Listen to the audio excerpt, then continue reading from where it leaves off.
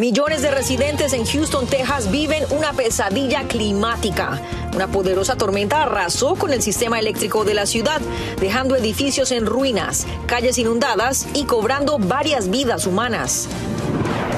La incertidumbre se apodera de los migrantes en la frontera. Después de arriesgar sus vidas para llegar a Estados Unidos, muchos temen a las deportaciones aceleradas que se avecinan con las nuevas políticas del presidente Biden.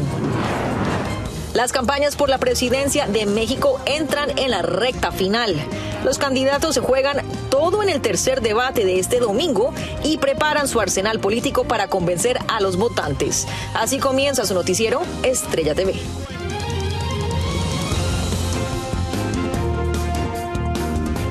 Hola, ¿qué tal? Muy buenas tardes y bienvenidos a su noticiero Estrella TV. Es un placer que se informe con nosotros. Yo soy Nurmila y vamos a iniciar oficialmente. Comenzamos con la emergencia climática que vive la ciudad de Houston, Texas. La fuerza de la naturaleza rugió la noche de ayer, dejando un rastro de devastación y muerte. El Centro Nacional de Meteorología confirmó que al menos un tornado tocó tierra en la ciudad. Laura Ortega tiene las imágenes y el saldo de muertes que dejó esta nueva ronda de tormentas. Qué triste. Las intensas tormentas en Houston, Texas, causaron la muerte de al menos 4 personas y las fuertes ráfagas de viento derribaron árboles y causaron severos daños en ventanas de edificios en el centro de la ciudad. Según las autoridades, los daños hasta el momento son incalculables. Una de las áreas más afectadas fue el norte del condado Harris, donde un barrio de casas móviles sufrió las inminencias del clima, donde los fuertes vientos removieron sus techos y quedaron totalmente colapsados. Las personas que no tienen electricidad, sin luz, no saben qué va a suceder. Les pido que nos den ese tiempo para terminar de entender todos los impactos. Los terribles vientos a más de 100 millas por hora causaron que aproximadamente 1 millón de hogares y comercios se quedaran sin electricidad. Y ante ello, la jueza del condado Harris pidió paciencia, ya que son 10 antenas eléctricas que se derribaron. Y es que la situación la tarde y noche de ayer para Houston fue intensa. Los torrenciales aguaceros y vientos detuvieron a la ciudad. Muchas personas quedaron atrapadas en supermercados en medio de la tormenta. Vean cómo decenas de ellas llegaron a la famosa tienda de comestibles Costco para refugiarse de la tormenta y un apagón los sorprendió y dejó a oscuras. Ante la devastadora situación en el condado Harris, al menos una docena de distritos escolares cancelaron clases. No hay mucho que podamos hacer sin electricidad y más las tiendas están llenos de pilas para dar generators. Las familias han señalado lo complicado de no tener electricidad, pues llevan muchas horas sin luz en su hogar, por lo que decidieron compartir sus sagrados alimentos entre vecinos al no poder transitar. Nos refugiamos y gracias a Dios estamos todos bien. Nada más hay cosas caídas. Gracias a Dios teníamos las cosas. Hemos compartido entre todos acá y así es como estamos cocinando.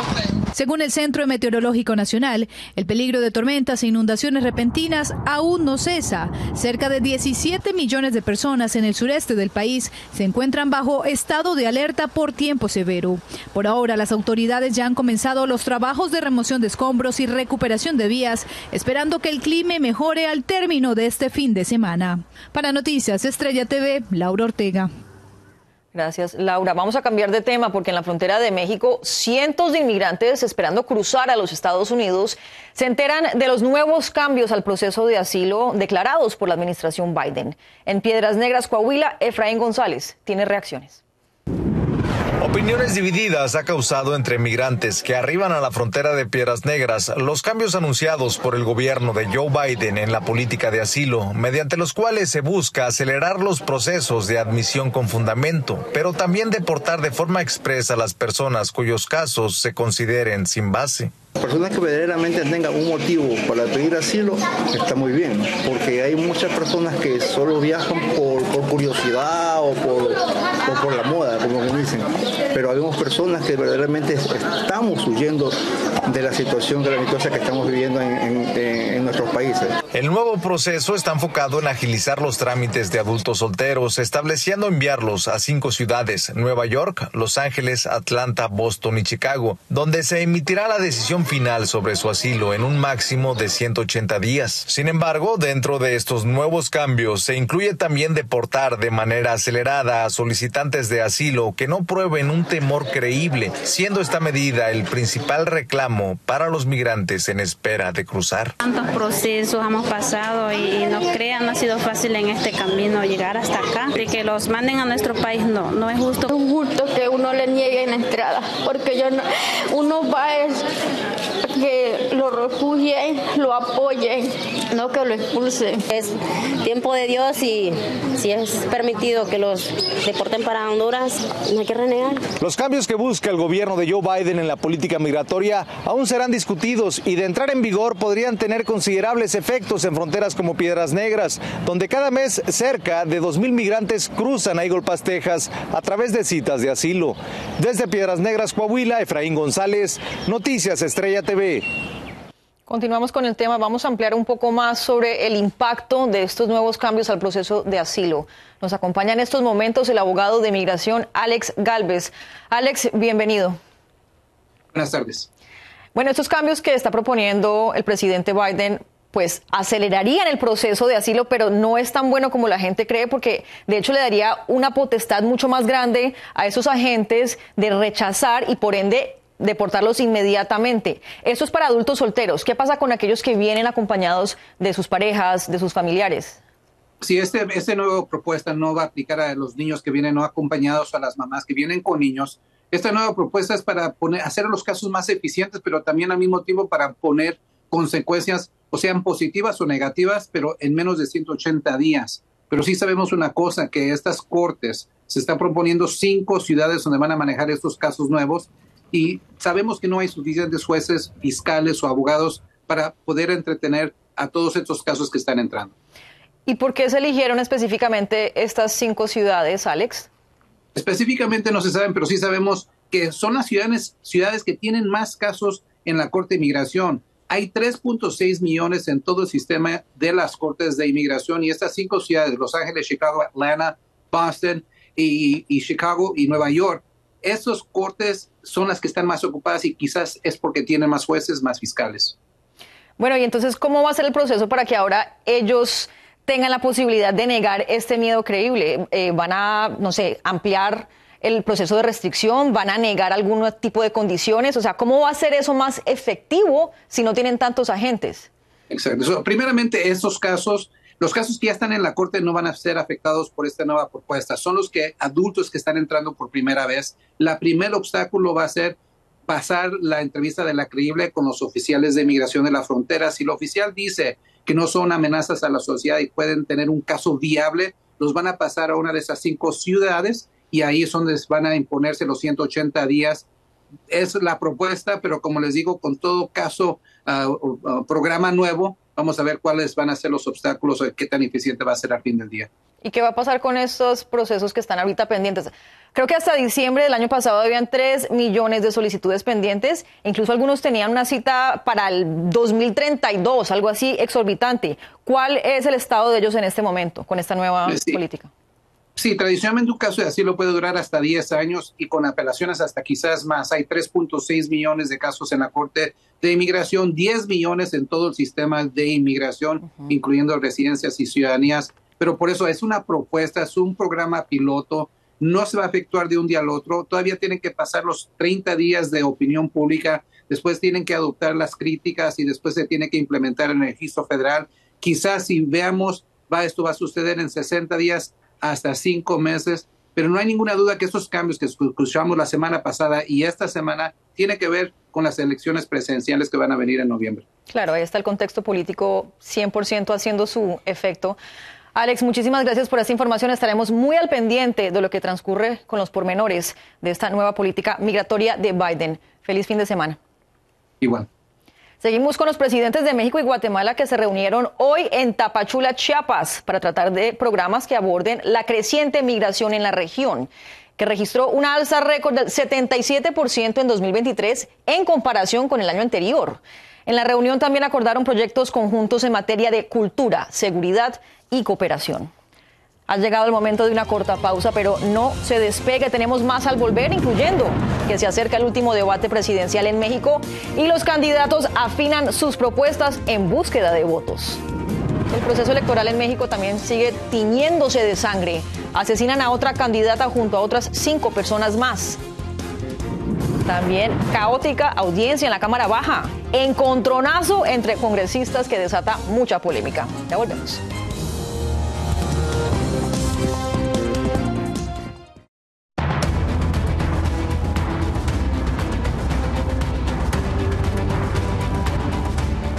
Seguimos con más. A días de que se lleve a cabo el último debate presidencial en México, los candidatos preparan sus argumentos y preguntas, mientras que las personas afianzan su intención de voto para su candidato predilecto. En Ciudad de México, Víctor Blázquez tiene el informe.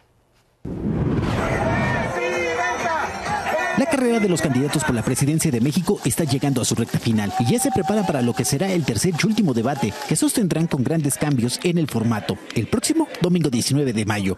Por ejemplo, habrá un segmento de preguntas cruzadas entre los aspirantes presidenciales, pero los cuestionamientos no los harán ellos, sino los moderadores. No podemos permitir, bajo ninguna circunstancia, que llegue la derecha. Tener un gobierno que le va a apostar a la educación, a la innovación, a la ciencia. Las becas no deberían de terminar cuando tú salgas de la universidad. Según las encuestas al 14 de mayo, hecha por Consulta Mitofsky, muestra a la oficialista Claudia Sheinbaum con un 48.9 de aceptación. Le sigue Xóchitl Gálvez, de la oposición Fuerza y Corazón por México, con 28.1 de confianza. Finalmente, en el tercer lugar, Jorge Álvarez Maínez, de Movimiento Ciudadano, que apenas supera los 10 puntos. Para mí, Claudia Sheinbaum.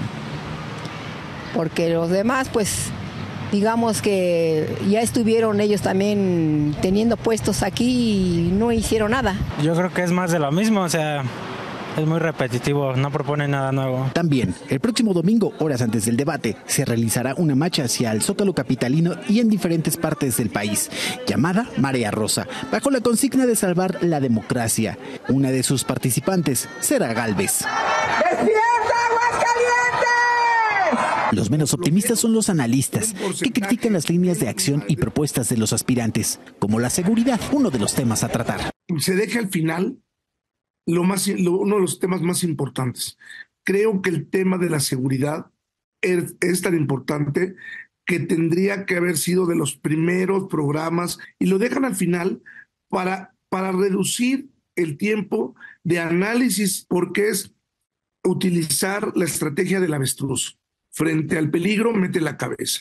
Datos del Instituto Nacional Electoral. Este año México tiene el número más grande de personas con capacidad de ir a las casillas. Más de 100 millones con credencial para votar. El próximo 29 de mayo es el último día de campañas para después entrar a 3 días de reflexión del voto dentro de los ciudadanos, para finalmente, el 2 de junio, presentarse en las casillas. En Ciudad de México, Víctor Blázquez, Noticias, Estrella TV. Gracias, Víctor. Bueno, lamentablemente la violencia electoral en México no da un respiro. El jueves fue asesinada la candidata a alcaldesa de la localidad de La Concordia en el estado de Chiapas. Lucero López Maza, de 28 años, fue acribillada junto con otras 5 personas más, entre ellas una menor de edad en una gasolinera. López Maza era militante del Partido Popular Chiapaneco. Qué peligro ejercer política allá. Y este 19 de mayo se van a celebrar las elecciones generales en República Dominicana, donde el actual presidente Luis Abinader competirá contra el alcalde Abel Martínez y el expresidente Leonel Fernández, quien busca reelegirse por 4ª ocasión. Según los resultados de las últimas encuestas, Luis Abinader lidera en la aceptación de votantes con un 58%. Pasando a la política estadounidense, ayer se vivió tremendo caos en la Cámara de Representantes del país. La audiencia para declarar en desacato al fiscal general Merrick Garland terminó en insultos y gritos entre legisladores de ambos partidos. Vamos a pasar a Washington, D.C. con Alfredo Miranda, quien nos explica qué fue lo que desató este enfrentamiento. Momentos caóticos y violencia verbal fueron los protagonistas de una sesión del Comité de la Cámara Baja que debatía la acusación de desacato contra el fiscal general Merrick Garland. Todo se salió de control a partir de la intervención de la controversial congresista republicana de extrema derecha, Marjorie Taylor Greene. Creo que tus falsas pestañas te están impidiendo leer, le dijo Greene a la demócrata Jasmine Crockett, lo que provocó respuestas airadas de sus colegas en contra de Taylor Greene.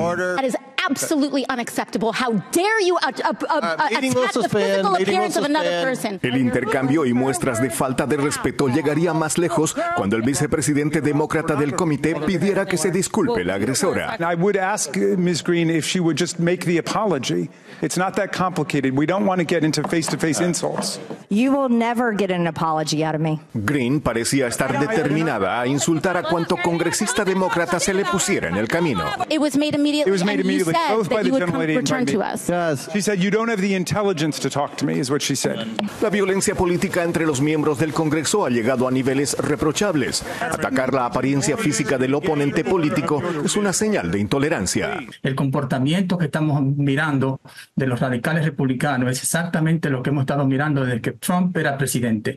Esta gente está apoyando a Trump y ellos piensan que de esta forma es una forma de hacer política. Por su parte, el congresista Matt Gaetz, otro correligionario acérrimo de Trump, luego de su visita a la corte en Nueva York, publicó una frase de apoyo a su líder.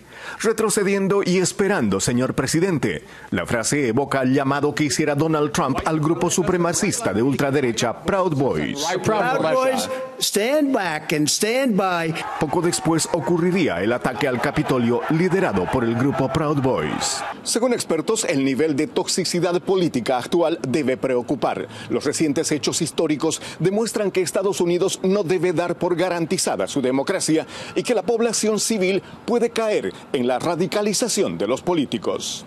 Desde Washington, Alfredo Miranda, Noticias Estrella TV.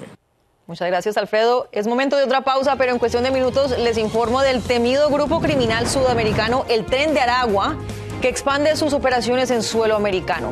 Al volver les contamos más. Y subastan al mejor postor, que es el primer contrato de la estrella del fútbol, Lionel Messi. La cifra es exorbitante. No se la pierda.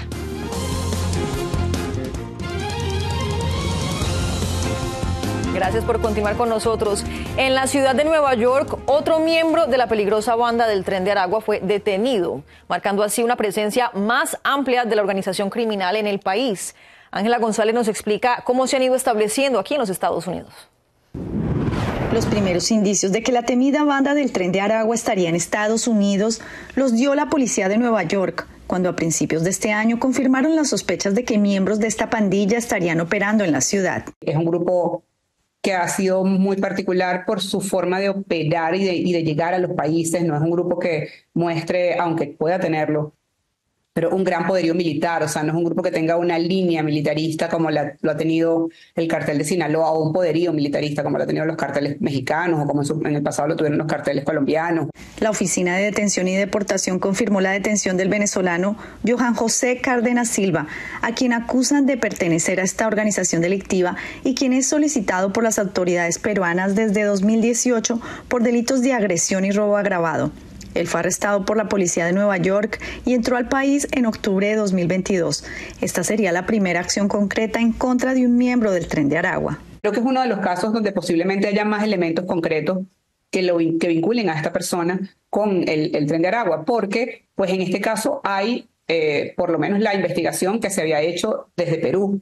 Este migrante venezolano que acaba de llegar a Nueva York dice que huyó de la violencia en su país, causada en parte por esta pandilla que surgió en la cárcel de Tocorón, en Venezuela. Como venezolanos, ellos están en el país, pero de igual manera hasta aquí en Estados Unidos también lo complica a uno por el tema de que no sabemos si en verdad son de la banda del Tren de Aragua o otras organizaciones y se firmen con ese mismo nombre, pues. Y eso es lo que no queremos, pues, que no haya tanta violencia como hubo allá. Cárdenas Silva ya tenía antecedentes por robo cuando la policía de Nueva York lo arrestó el pasado 27 de marzo junto a otras 8 personas por porte de armas en zona escolar, intención para vender sustancias ilícitas y causar lesiones a un menor. Él se encuentra bajo custodia de ICE en espera de ser removido del país. Desde Nueva York, Ángela González, Noticias Estrella TV. Perfecto, Ángela, gracias. Mientras tanto, en Gaza, el ejército israelí logró recuperar los cuerpos de 3 rehenes asesinados mientras trataban de huir del ataque de Hamas el 7 de octubre en el Festival de Música Nova. Entre ellos se encuentra una joven de 22 años, una mujer de 28 y otro hombre de 56. Medios locales informaron que los cuerpos fueron encontrados en un túnel en Hamas. Alrededor de 240 personas fueron secuestradas por el grupo terrorista y hasta el momento poco más de 100 de ellos han sido liberados. Pasamos a Louisville, Kentucky, porque hoy fue arrestado Scott Scheffler, el golfista número 1 del mundo, afuera del campeonato de la Asociación de Golfistas Profesionales de América. Esto por presunta agresión a un policía. El incidente se suscitó cuando el golfista intentaba pasar por la escena de un accidente fatal y no siguió la instrucción de un oficial, arrastrándolo por el suelo cuando aceleró con su automóvil. Y una casa de subastas británica vendieron por $965,000 un acuerdo escrito en una servilleta que les dio a Lionel Messi su lugar en el Barcelona. El texto fue firmado por el entonces director deportivo del equipo en el año 2000, cuando Messi tenía tan solo 13 años de edad. Fue para asegurarle a su padre que el contrato con el equipo multicampeón se concretaría. Yo me pregunto qué es lo que hace la persona que se gastó $965,000 en una servilleta. No sé si es un magnate multimillonario, no lo sé. En todo caso, con esto me despido. Les deseo un excelente fin de semana. Yo soy Nur Mila y nos vemos el lunes para más información. Chao.